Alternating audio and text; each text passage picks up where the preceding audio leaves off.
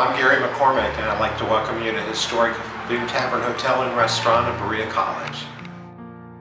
Hello, I'd like to introduce myself as Mr. Fred, the investor of the hotel.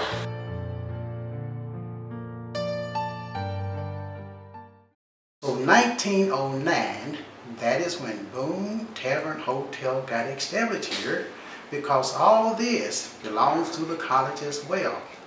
Now, how did Daniel Boone come in the picture here? Daniel Boone, he'll explored in this area. He slept close by going to Fort Boonesboro, which is about 20-something miles going north of 75. So they took Boone's name.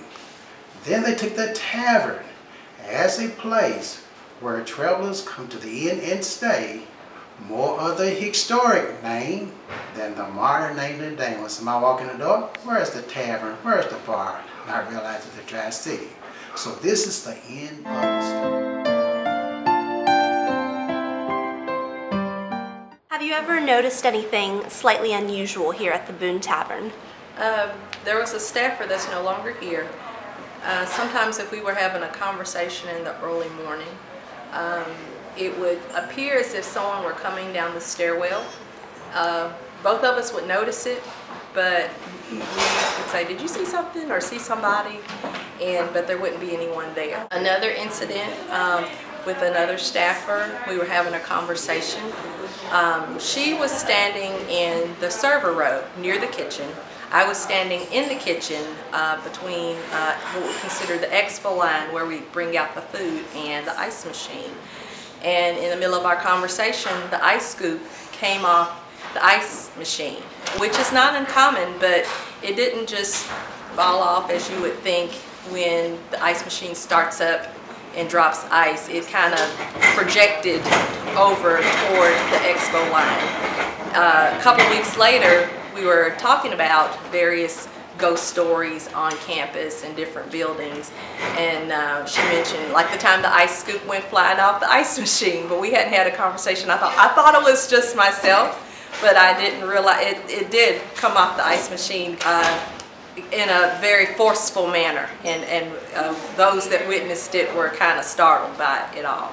Another time during the slow period, we decided to have just continental breakfast, and I would come in early, just myself, in the kitchen area and set up a different array of things, breakfast items for our guests in the morning. And after setting that up, I would sit in the dining room and maybe just have a coffee to just kind of replenish and check on later. And as I was sitting there in the dining room having a coffee to myself, I noticed a chandelier swinging. After noticing one, there were several. Now, the unusual thing about swinging chandeliers is the outside windows to the main dining room do not open, neither do any of the windows to any of the adjoining dining rooms open. So to have the chandelier swinging, that was a little unusual, but that would be my experiences with occurrences I can't explain here at Boone Tavern.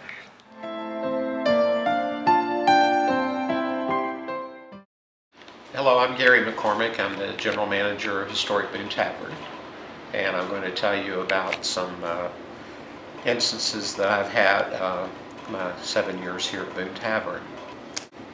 When we were renovating the hotel, we obviously had to close, and they were taking all the furniture, all the old furniture out of the hotel, and it was down on the 3rd floor, and it was getting close to dusk, and the construction people had left.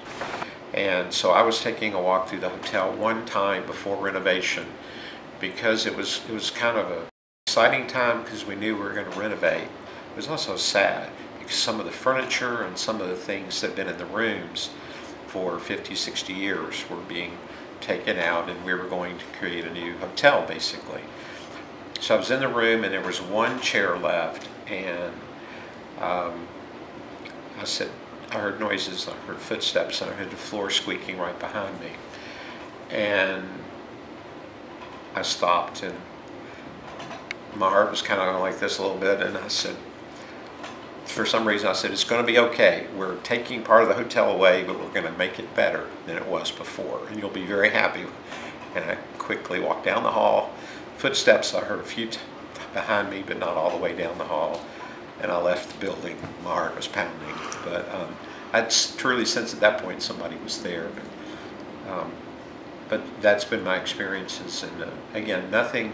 We've done a lot of studies and people, but we've never been anything harmful. It's just like maybe there's something that's been here for a long period of time we don't understand. But there's been enough interesting things happen that I think there's something here that's not totally explainable.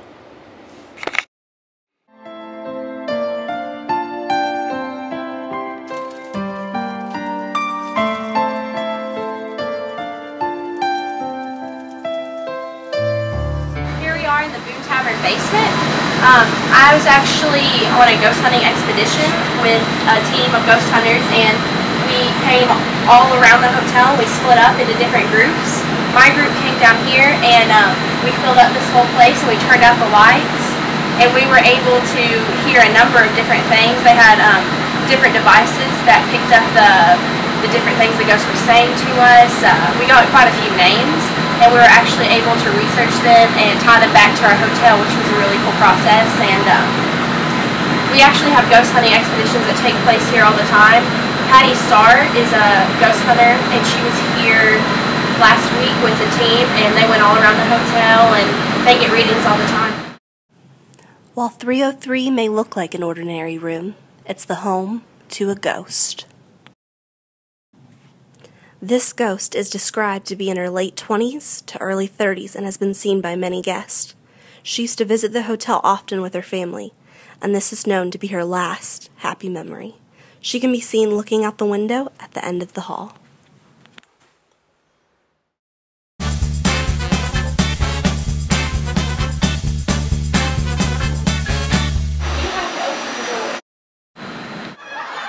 There's a girl in the bathroom.